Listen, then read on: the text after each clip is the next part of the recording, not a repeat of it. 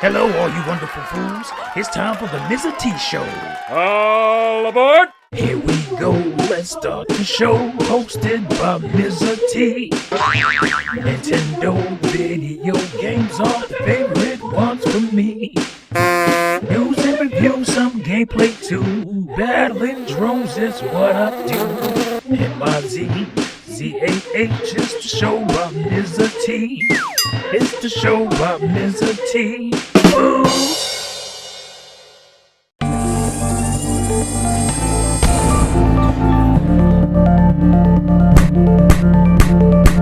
Hey there, fools. It's Mizzah Tee.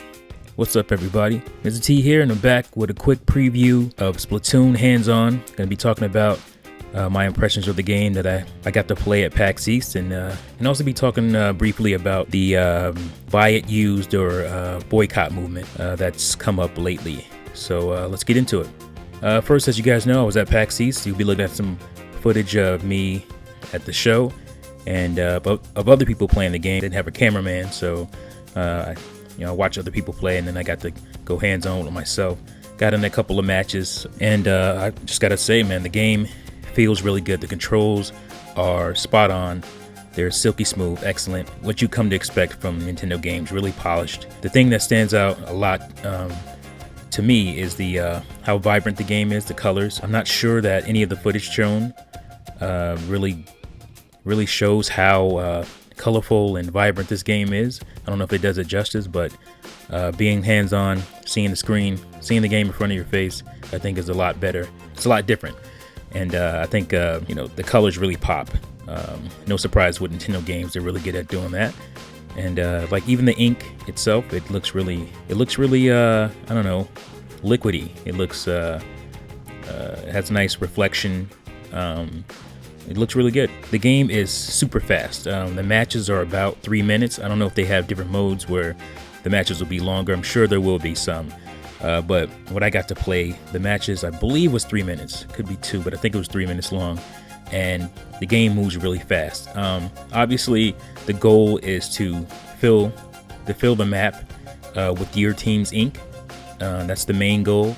And you can achieve that better by obviously taking out other players, so they're gone and respawning instead of filling up the map with ink. Once you're killed yourself and you respawn, you can quickly tap on the map and jump back to your team, or if you want to, just go ahead and stay in your area, and hopefully if nobody's around, just continue to spread your ink everywhere and build up your percentage points for the tally at the end of the game, at the end of the match. So there's strategy in that. And at least from this mode I played, there's not a whole lot of strategy involved. I know a lot of people are upset about no voice chat, and for me, the voice chat, at least for the strategy of the game that I played, isn't really necessary because the game is really, really fast. I don't know if the gameplay footage we've seen does that justice either, but the game moves by so quickly. The matches, like I said, are 3 minutes long, and they move by really fast. And your goals are really, really simple. You just you're mainly supposed to, fill the map with your team's color ink as much as you can, and take out enemies as they approach you to keep them from stopping you from achieving that goal. Where I think it would be fun to have voice chat, just to laugh it up with your friends and goof around. Voice chat doesn't really help the strategy of the game, at least the mode that I played. So one more thing I want to say about the game is that when I finished my match and walked away, people were excited. They really had fun. I had a lot of fun, but it was really cool to see other people's reactions. I remember one kid was like, saying that he didn't like shooters, but he really liked this game. He was really looking forward to it, and I just thought that was cool. I had actually made a statement before that. That's the cool thing about Splatoon, is that if you're not into shooters, Splatoon is obviously a shooter of a different kind, but it's still a shooter, and it's, for a newcomer, it's not intimidating. It's really inviting as a game.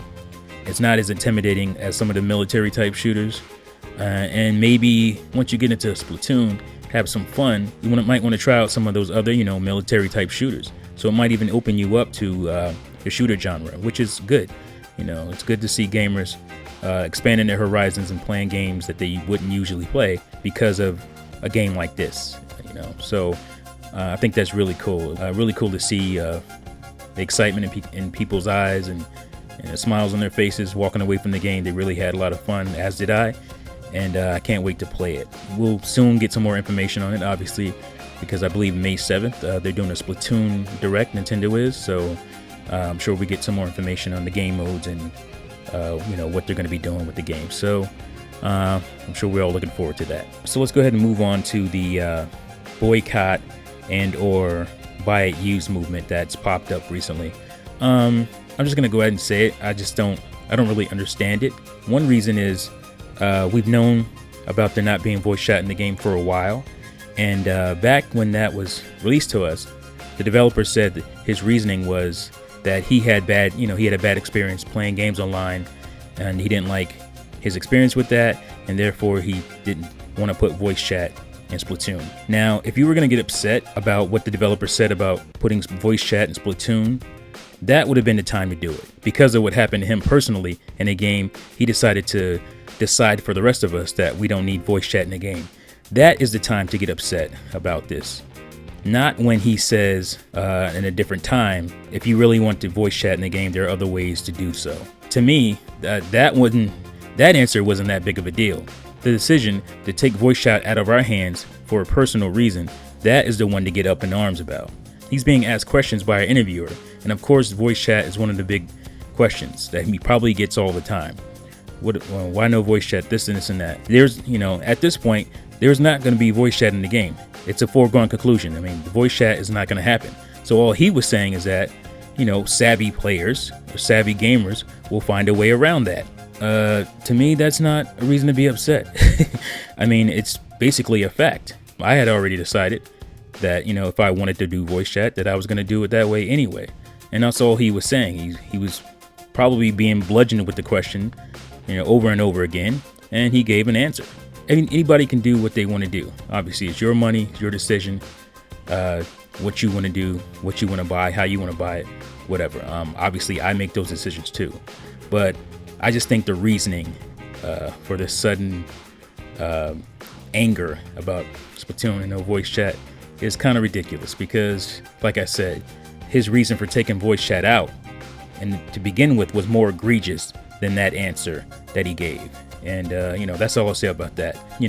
If you're buying the game used, that's fine. At least you'll play it. I have to say good luck finding it used, at least early on. I had hands-on with the game, and it's going to be a ton of fun. I think it's going to surprise a lot of people. I think it's going to be a bigger game than even I realize or even I expect. Shout out to Terminator Juice. I was in his recent Juice is Loose podcast, and we were talking about how it won't, there's no way it's going to reach Mario Kart numbers or whatever. I don't know. I'll tell you this, I won't be surprised if it does, because the game is just that good. I don't think people realize how much fun this game is, and I would not be surprised if it reached those numbers. So, like I said, good luck finding the game used early on. There's always going to be a venue. I'm sure they'll pop up somewhere here or there, but it's going to be tough, I think, because I don't see anybody wanting to trade this game in within a few weeks or a few months after getting it. And for those who want to boycott it outright, again, you have every right to do so. But man, you're going to be missing out for a reason that really, at the end of the day, isn't that important, because no voice chat isn't taking anything away from how great this game is. I have hundreds of games in my library that don't have voice chat that are excellent. Obviously, I realize that times have changed, and voice chat is a standard feature. I've said that before. I've also said that it doesn't move me one way or another in my decision to purchase games or how I care about games, because it's not something I use that often anyway, not in-game voice chat. And it's supposed to be about the game itself for gamers. So I respect your decisions. Like I said, I don't agree with the recent wanted to buy it used and the reasons for that, because it just doesn't make sense to me. Like I said, I feel like the first answer for why it was taken away, it was more egregious than the recent answer or the recent statement. Like I said, it doesn't make sense to me, but I will never tell a grown individual what they should do with their money. So that's definitely not how I get down, even though a lot of people seem to do that when it comes to me. But anyway, yeah, that's my impressions. That's my thoughts. Thanks for listening, watching, and I'll see you fools next time. Peace out.